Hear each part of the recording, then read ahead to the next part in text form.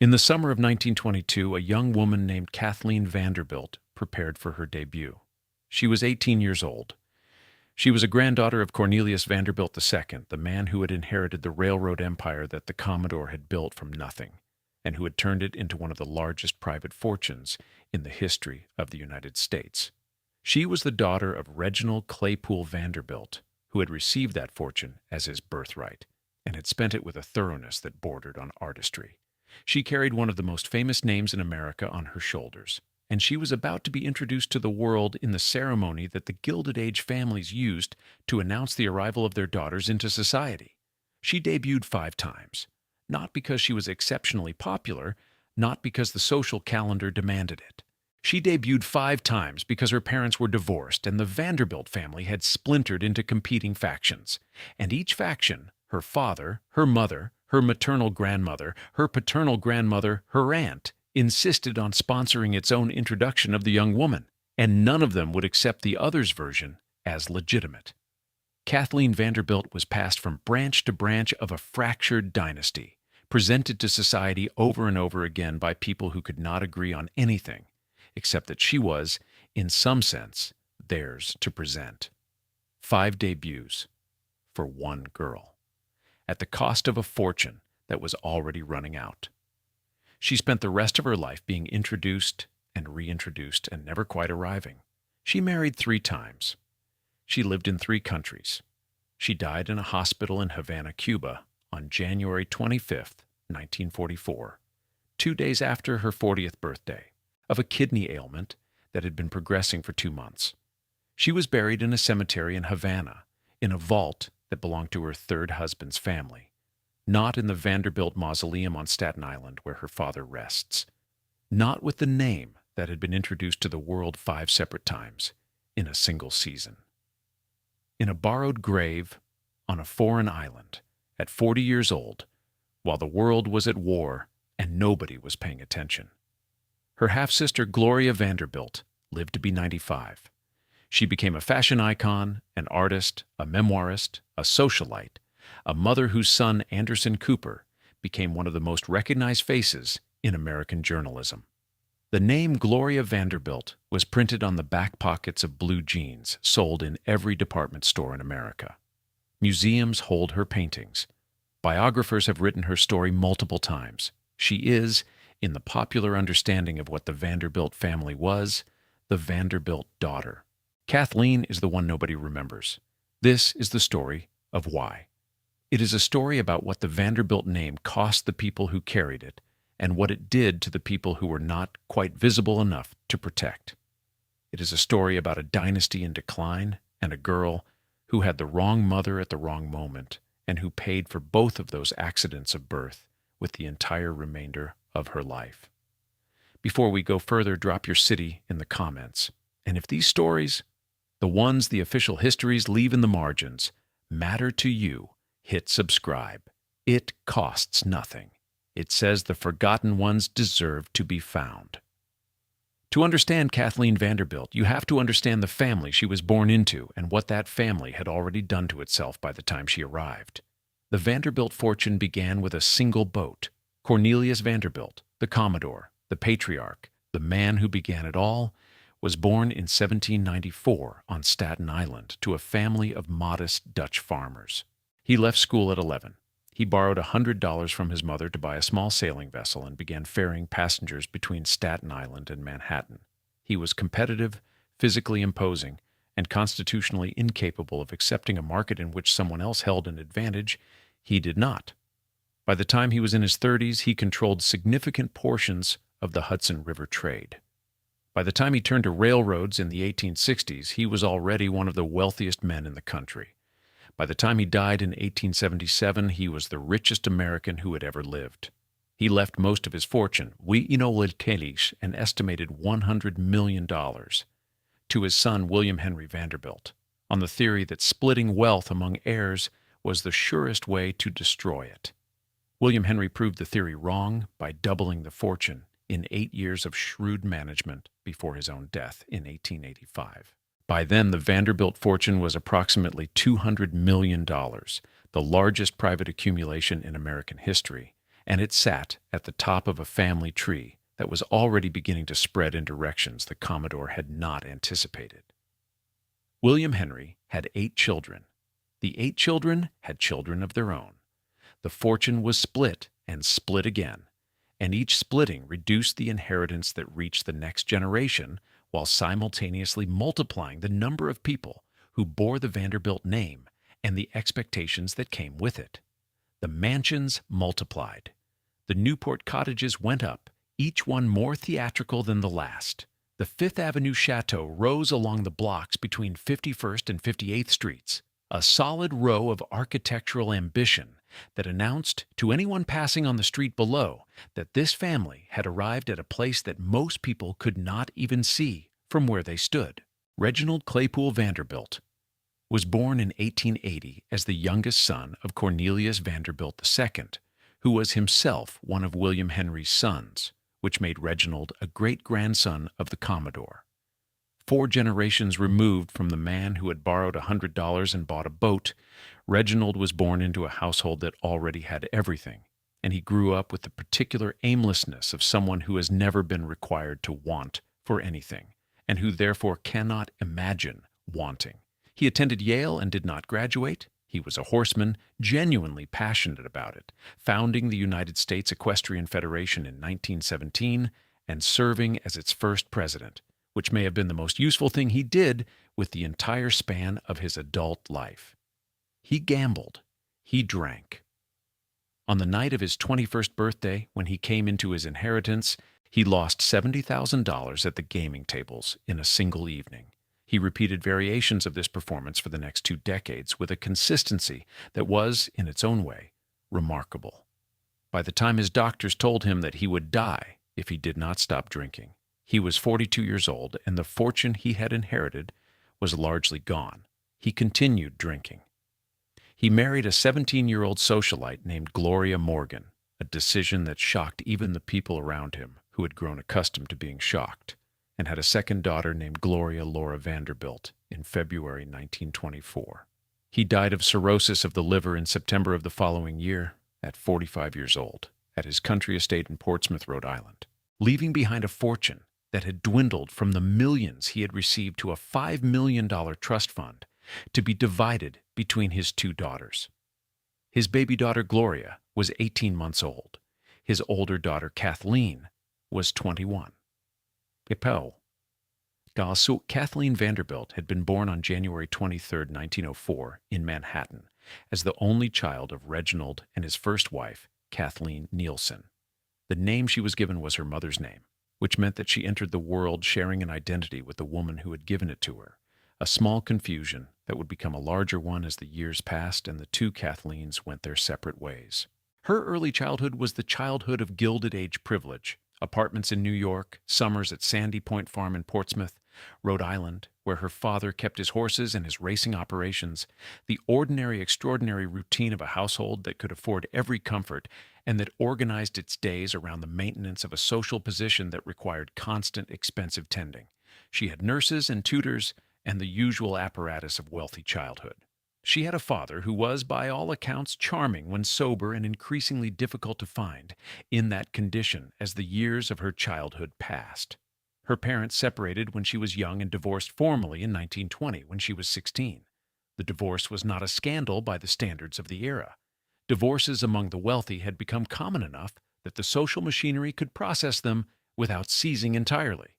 But for Kathleen, it produced a specific and lasting damage. She was the child of a marriage that both parties had abandoned, and she was now available to be claimed by whichever branch of the divided family found it useful to claim her. Her mother, Kathleen Nielsen Vanderbilt, remarried in 1921, taking a man named Sidney Jones Colford Jr. as her second husband. This remarriage placed Kathleen's mother in a different social position than the one she had occupied as a Vanderbilt wife, and it also effectively transferred Kathleen into a kind of floating status. She was a Vanderbilt by name, but she was being raised in a household that had moved on from the Vanderbilt connection, while the Vanderbilt family itself was preoccupied with its own internal reorganization. Her father remarried in 1923, taking the teenage Gloria Morgan as his second wife. This second marriage produced in February 1924 the half-sister who would eventually eclipse Cathleen entirely. Gloria Laura Vanderbilt was born into a household whose principal male occupant was already deeply ill from the accumulated effects of a lifetime of alcoholism, whose fortune was nearly spent, and whose place in the social hierarchy of the family was, even by Vanderbilt standards, complicated. She was 18 months old when her father died. Between the divorce and her father's death, Cathleen Vanderbilt occupied an increasingly awkward position in the family's social geography. She was old enough to be launched into society, the debutante world that the Gilded Age families used as their coming-out mechanism. But the fractures in her family meant that the launch had to be negotiated rather than simply executed. Her father, her mother, her maternal grandmother, her paternal grandmother, and her Aunt Gertrude Vanderbilt Whitney each felt entitled to introduce her on their own terms, and none of them was willing to yield the privilege to the others. She debuted 5 separate times. The newspapers noted this at the time. A headline from the Morning Tulsa Daily World in late December 1922 asked, with the slightly baffled tone of reporters who had covered society pages long enough to recognize when something was unusual, why Cathleen Vanderbilt must go through 5 debuts. The answer the headline implied but did not fully explain was that the Vanderbilt family, which had once been a single imposing entity, had become a collection of competing interests that used their children as the sites on which those competitions were played out. She was presented to society 5 times. Each presentation was its own event. Each event required its own clothes, its own invitations, its own social choreography. And through all 5 of them, Cathleen Vanderbilt stood in whatever room she had been placed in and received the congratulations of people who were, in one way or another, claiming her as their own. She married the first time on June 20th, 1923, at the Italian Gardens of the Ambassador Hotel in Manhattan. She was 19 years old. The man she married was Harry Cook Cushing III, a stockbroker and the son of a prominent Boston surgeon. The ceremony was, by the accounts of those who attended it, an appropriate Vanderbilt production. The right venue, the right guests, the right flowers, the right everything that a wedding involving a family of that name required. They lived in New York City and had one child, a son named Harry Cook Cushing IV, born in 1924. The marriage lasted 9 years, which is to say it lasted until it didn't, and in 1932 Cathleen divorced Harry Cushing at a courthouse in New York. 10 days later she married again. This is worth pausing on. 10 days. The ink on the divorce decree was still fresh. The newspapers that covered the dissolution of her first marriage had barely finished filing their stories when the same newspapers were reporting her second. She married Lawrence Wise Loman, a vice president at the Columbia Broadcasting System, at a courthouse in Hempstead, Long Island. The ceremony was not the Ambassador Hotel. It was a courthouse. The flowers were whatever courthouses have in August. The guest list was whatever witness the courthouse required. The haste suggests something. It suggests a woman who was afraid to be between things. Between names, between husbands, between the identities that marriage provides in a world where a woman's social existence was still substantially organized around the man she was attached to. Cathleen Vanderbilt had been Kathleen Cushing for 9 years. She was about to be Kathleen Loman before anyone had time to notice she had stopped being the other thing. The second marriage also ended. She and Loman divorced in 1940, obtaining the divorce through the Cuban courts, a common mechanism for wealthy Americans of the period who wanted a faster or more accommodating legal process than the New York courts provided. By the time the divorce was finalized on June 7, 1940, Kathleen had already been in Cuba for several months. She had arrived in Havana in April of 1940, in the particular way that people arrive somewhere when they are leaving somewhere else. She was 36 years old. She had 2 failed marriages behind her and a name in front of her that opened doors and closed others in roughly equal measure. She had a son in school in Connecticut. She had a share of a trust fund established by a grandfather she had never known, administered by courts and lawyers and the apparatus of a family fortune that by this point bore little resemblance to the thing it had once been. She had the Vanderbilt name, which was still worth something, though the precise calculation of what it was worth had been changing for decades in ways that were not always favorable. In Havana, she found something she had not found in 5 debuts and 2 marriages and 36 years of carrying a name that felt more like a burden than an inheritance. She found, or appeared to find, a life she had chosen rather than been assigned to. Cuba in 1940 was a particular kind of place. It was a country in the complicated middle position between American economic dominance and its own national aspiration, between the tourist infrastructure that American money had built along its coastlines and the internal political tensions that would eventually produce the revolution that closed that chapter of its history entirely.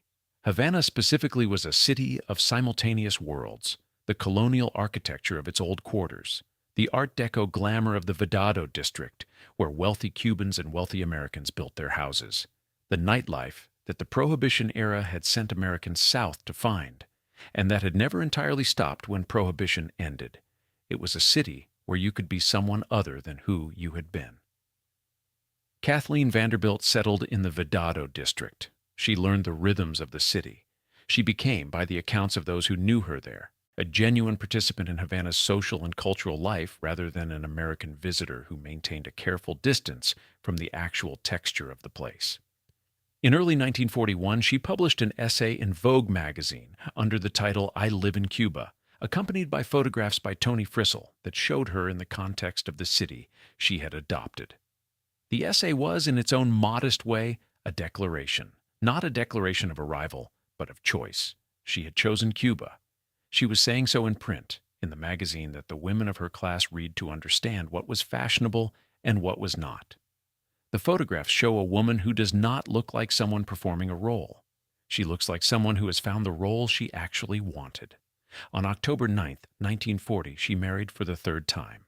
The man was Antonio Martín Arostegui, a Cuban of distinguished lineage. His mother held the title of Marquesa de Justiz de Santa Ana, and the publisher of PM, the only English-language afternoon newspaper in Havana. He was 29 years old to her 36. The ceremony was a civil one, conducted in the offices of a notary without the fanfare that had attended her first marriage at the Ambassador Hotel. The witnesses were the notary's associate attorneys. There was no large public celebration, which the notary's records noted was consistent with the restrained social climate of the early war years. The couple departed on a brief wedding trip and returned to make their home in Havana. It was, by every measure available, a genuine marriage. She integrated into Havana's social world. Her husband's newspaper gave her a connection to the city's public life. She had friends and a household, and the particular satisfaction of someone who has finally stopped moving and arrived somewhere real. Her son Harry visited from Connecticut. She traveled occasionally to New York, maintaining what connections she maintained. But Havana was home, and she knew it was, and she said so in print in Vogue. While Cathleen was building her life in Havana, something else was happening in New York that would determine which of Reginald Vanderbilt's daughters history would remember. In October of 1934, in a courtroom in Lower Manhattan, a 10-year-old girl named Gloria Vanderbilt sat in a judge's chambers and answered questions that would determine the rest of her childhood. The questions were part of the most sensational custody trial of the decade, called by the press the trial of the century, which the press called every sensational trial until the next one came along, but which in this case came close to deserving the designation. On one side was Gloria's mother, Gloria Morgan Vanderbilt, the teenage socialite who had married Reginald and been widowed at 21. On the other was Gertrude Vanderbilt Whitney, Kathleen's Aunt Reginald's sister, the founder of the Whitney Museum, one of the wealthiest women in the world, and a figure of formidable social and legal authority. The trial had the ingredients that made the Depression-era public devour it. There was old money and new money and the collision between them. There was the young widow who had spent her husband's trust fund on European travel while her daughter recuperated at her sister-in-law's estate. There was the allegation of lesbianism, which the tabloids splashed across their front pages with the barely contained excitement of people who have been handed exactly the story they needed. There was the little girl herself, described as the poor little rich girl, as though poverty and wealth were compatible conditions that could coexist in a single child's experience if the wealth was sufficiently dramatic. More than 100 reporters jammed the courtroom on the first day of the trial. The judge eventually cleared the room when a maid testified about Gloria Morgan's alleged affair with a member of the British royal family's social circle. Testimony was given about neglect and late nights and the Prince of Wales and the habits of a young woman who had married into one of the richest families in America and had treated the trust fund administered for her daughter as a travel budget. At the end of November 1934, after 6 weeks of testimony that had fascinated and appalled and entertained the country in roughly equal measure, the judge awarded custody of little Gloria to her aunt Gertrude. He gave the mother weekend visits, specified holidays, and 1 month in the summer. The principal in the $5 million trust remained intact, administered by the court. The child at the center of this spectacle, the child who was fought over, the child whose welfare was debated in headlines across the country, the child who was carried out of her mother's presence by her aunt's servants and installed in the Whitney Mansion at Old Westbury, Long Island, was Gloria Vanderbilt. Cathleen Vanderbilt was 30 years old when the trial happened. She had already been married for 11 years and was 18 months from her second divorce. She had a son who was 10 years old, the same age as the half-sister whose custody was being disputed in rooms that held more reporters than the courtroom could comfortably contain. She appears nowhere in the trial's coverage. She is not mentioned as a witness. She is not mentioned as a family member whose perspective was sought. She is present only in the accounting of the trust, where the documents note that the $5 million fund was to be divided between Reginald's 2 daughters, the baby Gloria and the 21-year-old half-sister who had already passed legally and publicly beyond the age at which her welfare was anyone's business but her own. The trial made Gloria Vanderbilt famous. It made her famous in the specific and irreversible way that attaches to people when the press decides they are the story, when a narrative crystallizes around them and begins to repeat and amplify itself until the person inside it can no longer be seen separately from the story that surrounds them. The poor little rich girl became the frame through which Gloria Vanderbilt was understood, and through which she understood herself for the rest of her long life. She wrote about it. She painted about it. She survived it in the way that people survive things that define them. Cathleen had no such frame. She had 5 debuts and a name and a quietly complicated private life and a Vogue article about living in Cuba. She had the absence of spectacle, which is to say, she had the absence of the thing that makes you visible to history. The Vanderbilt name was, by the 1930s and 1940s, a different thing than it had been when the Commodore died and left his $100 million to a son who had the sense to double it. It was still famous. It still opened doors. The houses were still there, some of them, though the great Fifth Avenue chateaux were mostly gone, demolished one by one as the tax burden of maintaining them became insupportable, and as the blocks they occupied became more valuable as commercial real estate than as private residences. The Breakers in Newport was still there. Biltmore in Asheville was still there. But the fortune that had built them had been dispersed across 4 generations of inheritance, and the particular genius for spending that the Vanderbilt family had displayed with a consistency that their ancestor, the Commodore, would have found bewildering. Reginald Claypool Vanderbilt had inherited $25 million. He had spent all but $5 million of it by the time he died at 45. The $5 million was in trust, split between his daughters, and it was worth considerably less in purchasing power than the original 25 had been. And that original 25 had itself been a fraction of what the family had possessed at its peak. The math of Gilded Age fortunes, dispersed across enough generations and enough heirs with enough expensive tastes, eventually reduces to something much closer to ordinary than the mythology of the dynasty would suggest. Kathleen's share of the trust gave her a comfortable life. Not the life of the great Vanderbilt mansions, not the Newport summers at the Breakers, not the Fifth Avenue chateau with their 40-foot ceilings and their French antiques and their staffs of 30 servants. A comfortable life. Enough to maintain herself in the style that her upbringing had established as the minimum acceptable. Enough to afford 3 marriages and a household in Havana and a son at school in Connecticut and a Vogue essay with photographs by a prominent photographer. Enough, but not the fortune. The fortune had gone the way all Gilded Age fortunes eventually went. Dispersed, diluted, spent on things that seemed important in the moment, and that turned out not to be. She did not appear to resent this. The evidence available, the Vogue essay, the newspaper accounts of her marriages, the records of her life in Havana, suggests a woman who had made peace with the circumstances she had been given and who was, in the limited time she had, genuinely living rather than merely maintaining the performance of a life. She had chosen Cuba when she could have stayed in New York. She had married a Cuban publisher when she could have married someone who would have kept her more firmly anchored to the social world she had been born into. She had written about loving the place she had landed in. These are the choices of someone who has decided that the name on their back is not the whole of who they are. Whether Cathleen Vanderbilt made this decision consciously, or whether it happened to her through the accumulated pressure of 3 marriages and 5 debuts and a family that was always more concerned with the spectacle of itself than with the individuals inside it, the result was the same. By 1940, she was in Havana. By 1941, she was writing about it in Vogue. By 1943, she was ill.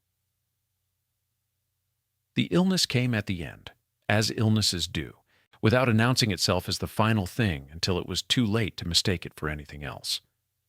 She had been healthy, or appeared healthy, through the first years of her life in Cuba. She and Arostegui had built their household in the Vedado district. She had her social connections, her husband's newspaper, the ordinary daily texture of a life that belonged to her in a way that her New York life, with its 5 debuts and its fractured family and its constant negotiation between competing Vanderbilt factions, had never quite done. She had her son visiting from Connecticut. She had her Vogue essay. She had, in the limited evidence available, something that looked from the outside like contentment. In late 1943, a kidney ailment announced itself. The nature of the illness is recorded only in the broadest terms in the contemporaneous newspaper accounts.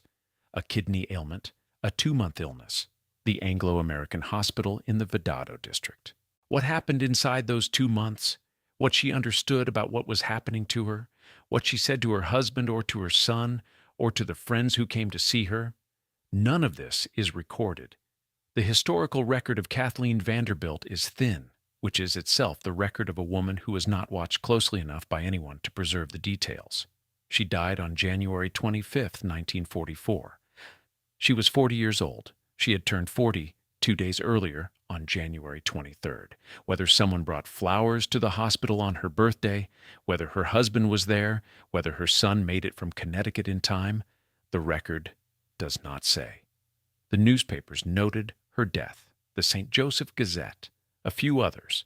The accounts described her as a member of the wealthy and socially prominent Vanderbilt family who had died after a long illness. They got the basic facts right. They did not dwell. She was buried in Havana, not in the Vanderbilt family mausoleum in the Moravian Cemetery at New Dorp on Staten Island, where her father Reginald had been interred in 1925, and where the architecture of the family's commemorative ambition was on full display. She was buried in the Aurelia Castillo family vault at Colón Cemetery, Havana, the vault of a family she had married into, in a city she had chosen, in a country that was not the country of her birth or of her name.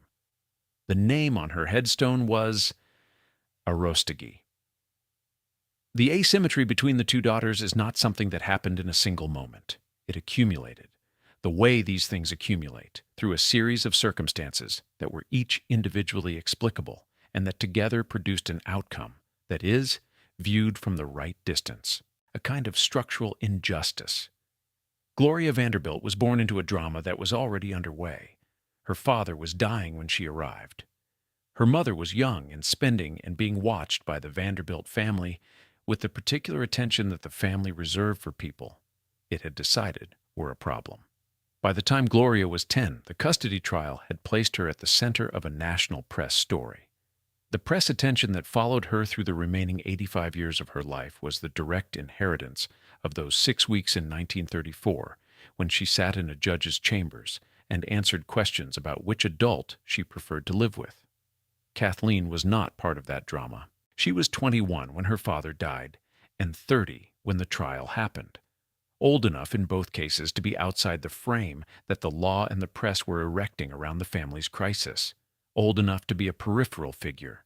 Old enough to have her own life, which meant old enough to have no life in the sense that mattered for the construction of the Vanderbilt narrative. The Vanderbilt narrative needed a child. It got Gloria, the poor little rich girl, the baby whose trust fund was administered by a judge, whose custody was fought over by two powerful women, whose face appeared in newspapers across the country while she was still young enough for the image of her face to be the image of innocence at risk. The story required youth, vulnerability, the spectacle of wealth failing to protect a child from the ordinary human disasters of parental dysfunction and family fracture. Gloria provided all of this. She could not help providing it. She was 10 years old, and the circumstances of her life left her no choice. Cathleen was already a married woman when the spectacle reached its peak. She was already in the process of becoming, by inches and by choices, something other than a Vanderbilt in any meaningful sense beyond the name. The family needed her to be a visible heir. What she actually was by 1934 was a woman with a child of her own and a marriage that was failing and an existence that was moving steadily and without fanfare toward the Cuban island where she would eventually come to rest. The two daughters of Reginald Vanderbilt inherited equal shares of the same trust fund. They were not equally visible. Visibility is not distributed by inheritance. It is distributed by circumstance, by press coverage, by the particular accidents of timing and drama that turn some lives into stories and leave others as entries in a genealogical record that only researchers ever consult. There is something worth saying about the Vanderbilt family's relationship with its own children. The Commodore had disinherited his son Cornelius, who had converted to Methodism and objected to his father's business practices on moral grounds, leaving him $100 in the will. William Henry Vanderbilt's son Cornelius III had married against his parents' wishes and been disinherited in turn. Alfred Gwynne Vanderbilt had died on the Lusitania in 1915, going down with the ship after giving his life jacket to a woman who did not know how to swim. Kathleen's father, Reginald, had spent his fortune on horses and alcohol and died at 45 of the predictable consequence. The Vanderbilt children had not, as a rule, been protected by the fortune they were born into. The fortune had protected them from material want most of the time and had exposed them in various other ways to the social pressure of maintaining a position that required constant spending, to the internal family dynamics of a dynasty that managed its succession through disinheritance and disapproval, to the particular kind of aimlessness that descends on people who have been given everything and therefore have nothing to strive toward. Cathleen Vanderbilt had been given everything and had lost most of it, not to gambling like her father, but to the ordinary entropy of a fortune that had been subdivided too many times, and to a life that was, by the standards of what the Vanderbilt name promised, decidedly reduced in scale. She had 5 debuts and 3 marriages and a Vogue essay and a son at school in Connecticut and a household in Havana and a kidney ailment that killed her at 40. She had a half-sister who became famous and whose name was printed on millions of blue jeans. She had a grave in Cuba that belonged to someone else's family. This is not unusual in the history of wealthy families. The ones who get remembered are rarely the ones who lived the quietest lives. The ones who get forgotten are often the ones who wanted more than anything else to simply live. Not to perform the dynasty, not to be the poor little rich girl or the socialite or the heiress who does something dramatic and memorable, but to find a place and stay in it and make something real out of the circumstances they had been handed. Cathleen Vanderbilt found Cuba. She wrote about it in Vogue. She married a man she had chosen. She buried her ambitions, if she had ambitions in the conventional sense, and the evidence suggests she did not, and buried herself instead in the daily texture of a life in a city that she loved, and that did not ask her to be anyone in particular. The family that had given her the name did not follow her there. The dynasty's attention was elsewhere, on Gloria, on the trust, on the trial, on the narrative that the press had already decided to tell about the Vanderbilt decline. Cathleen fell out of that narrative the way the quieter characters always fall out of the stories that the louder ones occupy. Not through any dramatic exit, just through the gradual accumulation of days in which she was somewhere else, doing something else, being someone that the story didn't need. The question of who gets remembered and who gets forgotten is rarely a question about merit. Cathleen Vanderbilt was not less interesting than Gloria Vanderbilt. She was less photographed, less litigated, less publicly anguished. She did not have a custody trial. She did not launch a fashion empire. She did not have a son who became a national news anchor and who wrote a memoir about their relationship. She had a son named Harry who played polo and visited his mother in Havana and is himself a name in a genealogy that most people have never seen. Gloria Vanderbilt's life was a series of dramatic events. The trial, the marriages to Leopold Stokowski and Sidney Lumet and Wyatt Cooper, the fashion empire, the death of her son Carter at 23, the late-in-life creative renaissance, the memoir, the final illness, Anderson Cooper holding her hand when she died at 95. The drama generated attention. The attention generated coverage. The coverage generated the historical record that made Gloria Vanderbilt a figure whose story could be told and retold. Kathleen's life was a series of quieter events. The 5 debuts, the 3 marriages, the son, the Vogue essay, the Cuban years, the hospital, the grave. Each event is documentable. None of them generated the kind of attention that lodges a person in the public memory. She went through her life without catching on the hooks that celebrity provides, without providing the drama that makes a family story into a story that anyone beyond the family can feel invested in. She was the daughter of Reginald Vanderbilt. She was the half-sister of Gloria Vanderbilt. She was a Vanderbilt, with everything that meant in terms of the social position she was born into and the expectations that came with it, and the way the world treated people who carried that name. And she was also simply and completely herself. Cathleen, who had 5 debuts because nobody in her family could agree on how to introduce her to the world, and who eventually introduced herself to the world in a Vogue essay about loving Cuba, and who died in a hospital in Havana 2 days after her 40th birthday and was buried in someone else's vault. The history books that cover the Vanderbilt dynasty, and there are many of them because the Vanderbilt dynasty is the kind of story that history books are built to tell, mention Cathleen in the same way that a family tree mentions a branch that did not produce notable fruit. She is there, her dates and her marriages, and the fact of her death. And then the narrative moves on to the things it was always going to find more interesting. She lies in Colón Cemetery in Havana, in the Aurelia Castillo family vault. The name on the memorial is Arostegui. The Vanderbilt Mausoleum at New Dorp, where her father rests, is a substantial structure. The kind of architecture that a family builds when it wants to announce that it intends to be remembered. It holds the remains of the patriarch and several of his descendants. It is, in the language of Victorian funerary architecture, a statement. Kathleen's resting place is a statement of a different kind. She is in a vault that belongs to her 3rd husband's family, in a cemetery in a city that was not the city of her birth, in a country that was not the country of her name. She arrived in Cuba to get a divorce and stayed because she loved it. She married into a Cuban family and took their name, and in the end she stayed with them, even in death, in the borrowed grave of people who were not her people by blood, but who were her people by choice. This is, if you look at it the right way, not a tragedy. It is a declaration. The family that had introduced her to the world 5 times in a single season, each introduction sponsored by a different branch of a dynasty that could not agree on how to present her, did not ultimately define where she came to rest. She did, but she rests there unknown.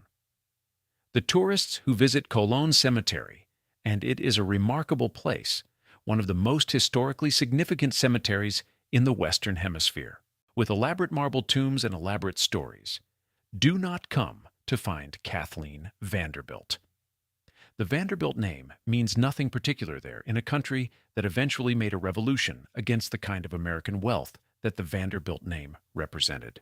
She is in a vault among hundreds of vaults in a city that has changed around her in ways she could not have anticipated when she chose it, and the world that knew her name has largely moved on. Anderson Cooper, Gloria Vanderbilt's son, gave the eulogy at his mother's funeral in 2019. He described a woman who had survived extraordinary hardship and had made something extraordinary of her life. He did not mention Cathleen because there was no particular reason to mention her, and because the eulogy was about Gloria, and because Kathleen is the kind of presence in the family history that surfaces only when someone is specifically looking for her. The half-sisters shared a father and an inheritance, and almost nothing else that history has recorded. They shared the name Vanderbilt, which meant different things to each of them, and which eventually ceased to be the primary thing that either of them was. Gloria became the name on the jeans. Kathleen became the name on the Cuban vault. The Vanderbilt fortune, the original extraordinary Commodore-built, railroad-powered fortune, was entirely dissipated before the 20th century ended. Gloria Vanderbilt told Anderson Cooper directly, in terms he later quoted publicly, that there was no trust fund. The money that the Commodore had accumulated, the money that William Henry had doubled, the money that had built the breakers and the Fifth Avenue Chateau and the Biltmore and the Newport cottages and the clothes and the servants and the carriages and the social apparatus of a dynasty that had defined American wealth for half a century. It was gone, spent across 4 or 5 generations by people who had been raised to spend and had done so with the diligence that inherited money always eventually produces. Kathleen's share of the trust had sustained her through her years in Cuba. Modestly by Vanderbilt standards, but adequately. It had been enough for the Vedado household and the 3 marriages and the Vogue essay and the life she was building when the kidney ailment interrupted it. It was not enough to leave anything particularly notable behind.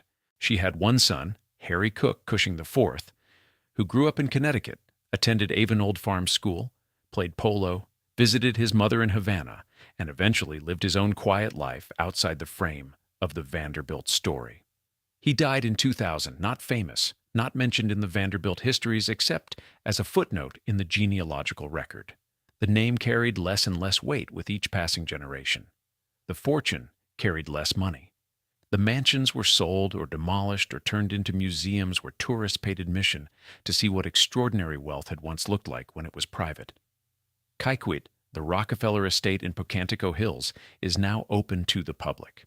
The Breakers, the Vanderbilt cottage in Newport that Alice Vanderbilt had built as a statement of the family's supremacy over the social world of the Gilded Age, is now owned by the Preservation Society of Newport County. Visitors take tours. The rooms are labeled. The guides explain what each room was for and who used it, and how it was furnished and what it said about the people who lived there. None of the guides mention Kathleen Vanderbilt. She lived in none of these rooms. She died in a hospital in Havana while the rooms sat mostly empty, their owners having moved on to apartments and smaller houses and the ordinary domestic scales that the income from trust funds reduced from millions supported rather than the extraordinary scales that the millions themselves had once underwritten. The Vanderbilt story, as it is popularly told, is the story of an extraordinary rise and a spectacular fall, the Commodore and his $100, and his boat. The fortune doubled and redoubled, the mansions that announced the family's arrival at the top of the American social order, the gradual dissipation, the taxes, the maintenance costs, the heirs who spent more than they could sustain, the trial of the century in which the family's internal dysfunction was aired in public to the fascination of a Depression-era America that found, in the Vanderbilt catastrophe, a confirmation of something it had suspected about the super-rich. Kathleen is not the story. She is the margin of the story. She is the daughter who was too old to be the poor little rich girl and too quiet to be the fashion icon, and too far away, in the end, to be much of anything to the narrative that the family's history was building around the people who remained in its center. She is in Cuba. She has been in Cuba for 80 years. The city has changed around her in ways she could not have imagined when she arrived in April of 1940 to get a divorce and stayed because she loved it. The Vedado district where she lived is still there, its Art Deco buildings aging in the Caribbean sun, its streets carrying the weight of a history that she was a small part of for 4 years at the end of her life. The last thing she wrote that anyone preserved was the Vogue essay, I Live in Cuba, published in early 1941 with photographs by Tony Frissell, a personal essay about what it was like to make a life in a city that was not the city of her name, or her family, or the 5 debuts that had been thrown in her honor by competing branches of a dynasty that could not agree on anything except her obligation to be presented properly. The essay has not been reprinted. It is not part of the Vanderbilt literary canon. There is no Vanderbilt literary canon that includes Cathleen, though Gloria Vanderbilt wrote multiple volumes of memoir and poetry and art that constitute a substantial body of work. The Vogue essay exists in the archives of that magazine, accessible to researchers who know to look for it, invisible to everyone else. In it, Cathleen Vanderbilt describes loving Cuba. She describes the quality of the light, the texture of the social life, the particular pleasure of living in a place that was fully itself rather than a place organized around the performance of wealth. She describes it as a choice she made and is glad to have made. She was 37 when she wrote it. She had 3 years left. She did not know she had 3 years left, which is to say she was living the way people live when they do not know how much time they have, which is to say she was living as though the time were indefinite. The photographs by Frizzle show her in Havana, in the light of a city she had chosen. She looks comfortable. She looks like herself, whatever herself was, after 40 years of being the daughter of a Vanderbilt and the wife of 3 different men, and the half-sister of a girl whose custody trial had made headlines for 6 weeks while Cathleen was 30 years old and already married and already somewhere else. She looks like a woman who has stopped auditioning for the role and started playing it. The grave is in Havana. It has been there since January 25, 1944. 80 years of Caribbean weather have passed over it. The revolution that remade Cuba happened 15 years after she was buried there, and the revolution changed everything about the city and the country except the fact of the dead who were already in the ground. Colon Cemetery survived the revolution the way cemeteries survive everything, by being the kind of place that even the most thoroughgoing transformations of human society tend to leave alone. The Vanderbilt Mausoleum on Staten Island is still there too. Her father is in it. The family name is on the architecture, as it is on so much of the architecture of the Gilded Age, announcing a permanence that the people inside have long since stopped being in any position to maintain. Cathleen is not in it. She is in Havana, in borrowed marble, under a name she took late in a life that had already been through too many names. The Vogue essay is in the archive. The 5 debuts are in the newspaper morgues of 1922, waiting for a researcher who knows they happened. The half-sister who became famous is in the books and the biographies and the Anderson Cooper memoirs and the museum collections that hold her paintings and the denim mythology of the 1970s fashion empire. And Cathleen Vanderbilt is in Cuba, in the Arostegui vault. 40 years old, 2 days past her birthday, at rest in the city she loved, under a name that was not the name she was given, and not the name that history remembers, and not the name that was introduced 5 separate times in a single season to a world that was watching the wrong Vanderbilt daughter all along. She found Cuba. She wrote about it. She stayed. That was what she was. That was enough. That was everything. And nobody noticed. And 80 years later, that is still the shape of the story. The name on the vault is Arostegui. The name in the history books is Gloria. And somewhere between those 2 names is the woman who chose one and was forgotten for the other, who lived her life in the margins of a dynasty's story, who wrote one essay about loving where she had landed, and who died 2 days after her 40th birthday in a hospital in Havana, while the world was at war and the Vanderbilt story continued without her. It is still continuing without her. This is the first time anyone has looked. There is a specific kind of erasure that does not require a decision. Nobody in the Vanderbilt family sat down and chose to forget Cathleen. Nobody held a meeting and determined that she was to be excised from the family story. Nobody burned her letters or destroyed her photographs or removed her name from the genealogical record. She is in the genealogical record. Her name appears in the Wikipedia articles about her father and her half-sister. She has a Find a Grave memorial maintained by a contributor who goes by the name Stories Among the Stones. She has a Wikitree entry and a genie profile and the fragmentary traces that genealogical research leaves in its wake. What she does not have is a story. Not in the sense that Gloria Vanderbilt has a story, A narrative with a beginning and a middle and an end that can be told in a way that holds an audience, that has the recognizable shape of a life that was watched and documented and understood to matter while it was being lived. The erasure happened through neglect rather than intention. It happened because the press that covered Cathleen Vanderbilt in 1922 and 1923 and 1932 and 1940 covered her as a peripheral figure in the story of a famous family, and because peripheral figures do not accumulate the kind of documentation that makes a life legible to later readers. The photographs that exist of her are few. The correspondence she may have kept is not in any archive that a researcher can access. The essay she wrote for Vogue in 1941 is in the Vogue archive, not in any Vanderbilt archive, because Cathleen Vanderbilt did not generate enough of her own papers to require a dedicated repository. She lived between the great institutions, between the Vanderbilt family and the Cuban family she married into, between New York and Havana, between the world of her birth and the world of her choice, and the institutions have no particular interest in what falls between them.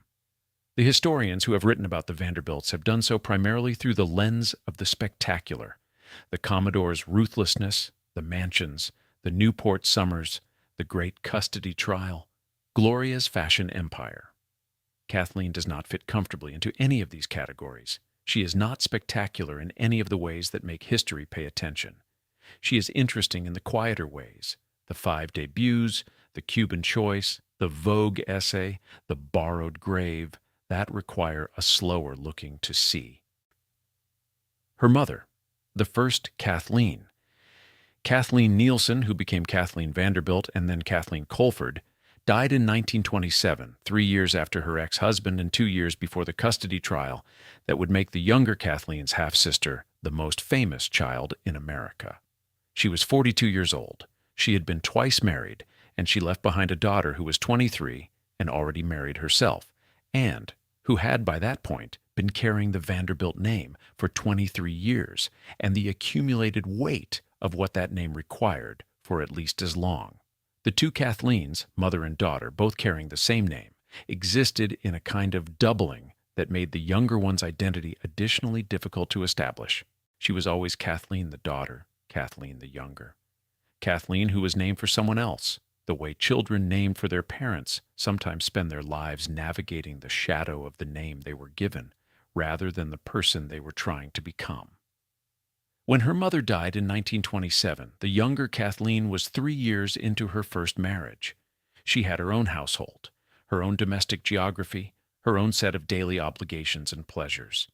She was Kathleen Cushing at that point, which meant she had set down the Vanderbilt name in the ordinary way that women of her era and class set down their birth names.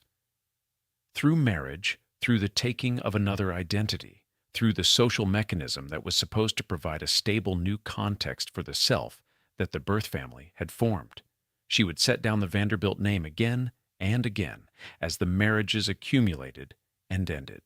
Each marriage was a new name. Each new name was a partial answer to the question of who she was when she was not the daughter of Reginald Vanderbilt and the child of 5 debuts and the half-sister of the poor little rich girl. The answer she settled on eventually was Arostegui, not because it was the most prestigious of the names available to her. It wasn't, but because it was the last one she chose, in the city she had chosen, in the life she had decided to build away from the spectacle that the Vanderbilt name had always implied and always required. Anderson Cooper spoke about his mother in a way that made her life feel fully inhabited, fully experienced, fully present. He described a woman who had survived early loss and family dysfunction and public scrutiny and multiple marriages and the death of a child, and had come through all of it to a place of genuine creativity and genuine peace. He described someone who knew herself and lived according to that knowledge. This is a good description of what a person can achieve when they survive long enough to get there. Gloria Vanderbilt was 95 when she died. She had time, the extraordinary luxury of time, to become, through the long process of living, the person she was trying to be. Kathleen had 40 years. She had less time and less attention, and less of the visible drama that generates the documentation that makes a life readable after the fact. But she had Cuba, which Gloria never had. She had the essay, the Vogue photographs, the daily life in the Vedado with the newspaper publisher whose family's vault she would eventually share. She had what she chose. The question of whether 40 fully inhabited years is worth more or less than 95 years that were watched and documented and argued over and made into books and miniseries and fashion empire retrospectives is not a question that has an answer. It is a question that the difference between the two sisters poses and that the difference between them refuses to resolve. What can be said is that Cathleen Vanderbilt lived a life. It was shorter than her half-sisters and quieter and less watched. It ended in a hospital in Havana 2 days after her 40th birthday. It is not, at this distance, possible to know whether it was a happy life or an unhappy one in any final sense, only that it was a life that was chosen, at least in its final chapter, and that the choosing seems to have suited her. She is in Cuba. She has been in Cuba for 80 years. The name on the vault is Arostegui. Her half-sister's name is on the blue jeans. And in between those two names, in the space that the Vanderbilt story does not occupy, is the woman who was the first daughter, who was introduced to the world 5 times and never quite arrived, who found her way to an island and wrote about loving it, and who died there at 40 in the middle of a war that the world was too busy fighting to notice the passing of one quiet heiress from a family that had already given the world more than enough spectacle. This is her story. It should have been told sooner. It is being told now. The Commodore's fortune at its peak represented approximately 3% of the entire gross domestic product of the United States. 3% of the country's total annual economic output, held by one man, built from $100 borrowed from his mother in a boat on the Staten Island ferry route, and the particular genius for competitive accumulation that the 19th century American economy rewarded with a thoroughness that later Heiress would find alarming. That fortune passed to William Henry, who doubled it. It passed from William Henry to 8 children, who spent portions of it on the most spectacular domestic architecture the Gilded Age produced. It passed from those 8 children to their children, each subdivision reducing the amount available while multiplying the number of people who regarded its continued availability as a baseline condition of their existence. By the time it reached Reginald Claypool Vanderbilt, it was already a fraction of what it had been. He received $25 million and spent all but $5 million of it before his liver gave out. The $5 million passed to his 2 daughters in equal shares. Kathleen's share was $2.5 million in 1925. The purchasing power of $2.5 million in 1925 was substantial, enough to maintain a comfortable life to afford the kind of domestic establishment that Cathleen occupied in New York and then in Havana, to support 3 marriages and a son's education and a Vogue essay, and the ordinary expenses of a life lived at a level of material comfort that most people of any era could not have imagined. It was not enough to rebuild the breakers. It was not enough to buy back the Fifth Avenue chateau that had already been demolished. It was not enough to sustain the social apparatus that the Vanderbilt name had once implied as a minimum. Gloria's half, administered by the courts through her minority, had grown with investment to nearly $5 million by the time she came of age. She spent it. She spent it on marriages and the artistic life and the fashion enterprise and the legal costs of custody disputes of her own and the ordinary extraordinary expenses of a long life lived at a level of ambition and expenditure that the original fortune had been designed to support, but that the original fortune, by this point, could no longer fully do. There was no trust fund, she told her son. He repeated this in a way that made it sound like a revelation, though it was in fact the logical conclusion of an arithmetic that had been producing this answer since the Commodore's grandchildren had first demonstrated what they intended to do with the money. The Vanderbilt fortune is the perfect American story of wealth and time, of what extraordinary accumulation looks like when it is dispersed across enough generations of people who were raised to spend rather than to save, to display rather than to accumulate, to maintain the appearance of wealth as the wealth itself diminished beneath the surface of that appearance. Cathleen Vanderbilt was one of the last direct inheritors of that fortune. She spent her share on a life that was, by the end, recognizably hers. She did not make it back into a fortune. She did not launch a fashion empire. She wrote one essay about loving Cuba, and she died in a hospital there at 40, and she was buried in a borrowed vault. The money lasted about as long as she did. The 5 debuts are the image that this story keeps returning to because they contain, in compressed form, the whole of what Cathleen Vanderbilt's relationship to her family was. A debut is an introduction. It is the mechanism by which a family presents a daughter to the social world and, through that presentation, claims her. The claiming is the point, not the ball, not the dress, not the receiving line of names she would not remember. The claiming. This daughter belongs to us. We are presenting her. She is ours. Cathleen Vanderbilt was claimed, and claimed again, and claimed again, and claimed again, and claimed again. By her father, by her mother, by her maternal grandmother, by her paternal grandmother, by her Aunt Gertrude, who would later fight a more famous battle over a different Vanderbilt child. Each of them dressed her in their version of the appropriate and stood her in front of the appropriate people and introduced her to the appropriate world. None of them, in any of those 5 separate ceremonies, asked what Cathleen wanted to be introduced as. She answered that question herself, eventually. The answer was Arostegui. The answer was Cuba.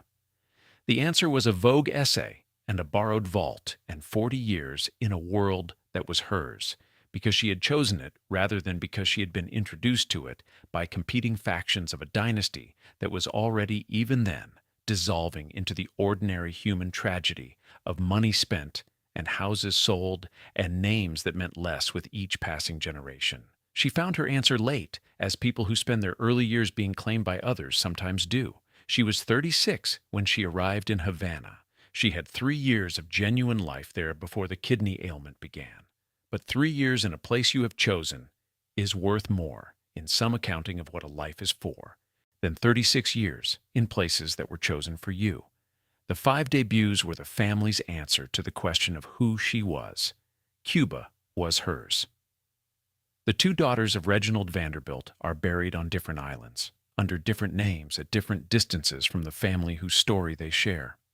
Gloria Vanderbilt is buried in Southampton, New York, near the summer house where she spent her later years. She is close to the Atlantic coast of the country she was born in, at rest near the sea that the Vanderbilt steamships once crossed on their way to the European capitals where her mother had spent her childhood's trust fund. She is memorialized in the way that famous people are memorialized. In the books, in the Anderson Cooper interviews, in the fashion retrospectives, in the obituaries that noted her passing with the weight of recognition that a long public life accumulates. Cathleen is in Havana, in the Arostegui vault, in the Colon Cemetery, in a city that has changed more dramatically in the 80 years since her death than perhaps any other city in the Western Hemisphere. The revolution came, and the tourists went away for a while, and the buildings aged, and the streets carried a different weight, and the people who lived there made a different country out of the one that the wealthy Americans of Kathleen's era had built their holiday lives around. She could not have anticipated any of this. She was in the hospital from November 1943 until January 25, 1944. The revolution was 15 years away. The country she was buried in was still the country she had fallen in love with in 1940, the country of the Vedado district and the Anglo-American hospital, and the PM newspaper and her husband Antonio, and the essay she had written for Vogue about why she chose to stay. She is there still. The weather passes over the vault. The city moves around it. The tourists who come to Colon Cemetery come for the extraordinary 19th century architecture of its tombs and the famous Cubans interred within it. And they do not come for Cathleen, and there is no particular reason they should. She is one name among thousands in a cemetery that holds the dead of a city that was already old when the Vanderbilts were building their Newport cottages. She is not forgotten because anyone decided to forget her. She is forgotten because she did not generate enough noise during her lifetime for the noise to carry into the future. She made one quiet choice after another, and quiet choices do not echo. She found Cuba and stayed. She married a man she loved. She wrote about it once in a magazine, and then she got sick and died. This is not a tragedy in the dramatic sense. It is a life that ended too early and was not watched closely enough while it was happening to be fully reconstructed after the fact. It is the story of someone who existed at the margin of a famous family, and who, at the margin, made something genuine out of what she was given. She deserves to be in the record. She is in it now. The name on the vault is Arostegui. The 5 debuts are in the newspaper archives. The Vogue essay is in the magazine's records, and Cathleen Vanderbilt, the first daughter, the quiet one, the one who found Cuba and loved it and died there at 40 and was buried under someone else's name in a city that was not the city of her birth, is finally being found. It took 80 years. It should have taken less. But she is here now, in the record, in the story that should have been told alongside the one that everyone already knows. She was the other Vanderbilt daughter. She was there all along. There is one more thing worth saying about the 5 debuts. In December of 1922, when the newspapers were noting the unusual situation of a debutante being introduced 5 separate times by 5 separate branches of a fragmented family, the tone of the coverage was somewhere between amused and bewildered. It was presented as a curiosity of the social season, a logistical oddity produced by the particular dysfunction of a famous family that could not organize itself around a single presentation. The headline asked why it was necessary. The coverage noted that it was happening, and then it moved on to the next thing. Nobody in the coverage of 1922 asked what it felt like to be Cathleen. Nobody asked what it was like to be dressed and presented and claimed and passed along from one branch of the family to the next, each time as though for the first time, each time in the service of a familial claim that would not survive the next divorce or remarriage or death or disinheritance that the Vanderbilt family was going to produce in the years ahead. Nobody asked the 18-year-old in the appropriate dress what she wanted her introduction to the world to actually say about her. She answered eventually, 20 years later, in Havana, in the pages of Vogue, "I live in Cuba." It was a short essay, not a famous one. It was not a manifesto or a declaration or the kind of public statement that gets remembered. It was a woman telling a magazine's readers where she had landed and that she was glad to be there. That was her debut, the real one. After 5 false starts sponsored by people who wanted to claim her rather than to see her, she introduced herself. She said, "I am here. I chose this. I love it."